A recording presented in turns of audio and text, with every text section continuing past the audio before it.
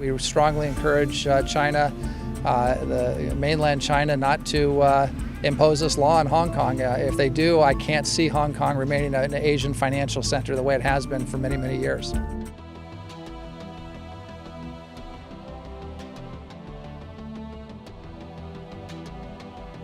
Hong Kong is on the edge again. China intends to impose a sweeping new security law that would allow security forces from mainland China to operate inside Hong Kong.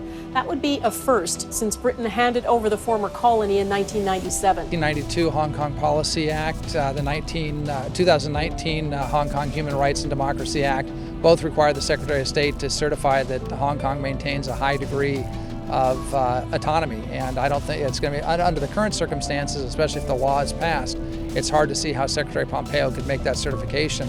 Thousands took to the streets to protest Beijing's plans to impose a security law on that former British colony. It would bypass the local legislature and is expected to ban what China calls treason and sedition. Pro-democracy campaigners say it is a threat to Hong Kong's freedoms and semi-autonomy. Things are deteriorating very badly in Hong Kong, and Chinese should know that the eyes of the world are on them here.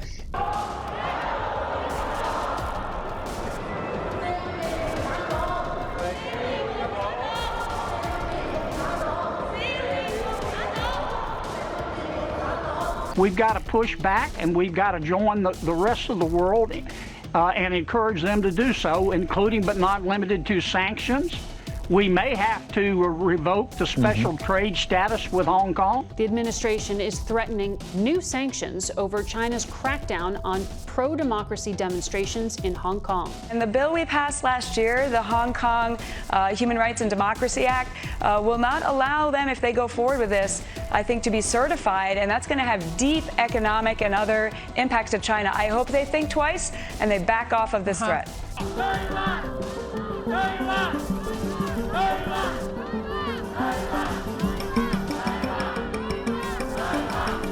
因為我哋已經冇晒退路，我哋太多嘅妥協啦，所以更加要俾佢哋睇到香港人嘅決心。 The people of Hong Kong are out in the streets. I think it's important to remember what sparked those protests last year. It was a now withdrawn extradition bill that would have seen fugitives in Hong Kong sent to mainland China to face trial there. Now, people saw that as a challenge to Hong Kong's freedoms that it enjoys under one country, two systems. Thousands of protesters taking to the streets of Hong Kong, many waving American flags to say thank you. They're grateful after President Trump signed legislation strengthening the position of pro-democracy protesters. Two bills that threaten sanctions and penalties if China meddles with the city's rights and freedoms. This national security legislation is also seen as a challenge to Hong Kong's one country, two systems principle that gives it freedom of speech and the right to assembly and those freedoms that you don't see on mainland China.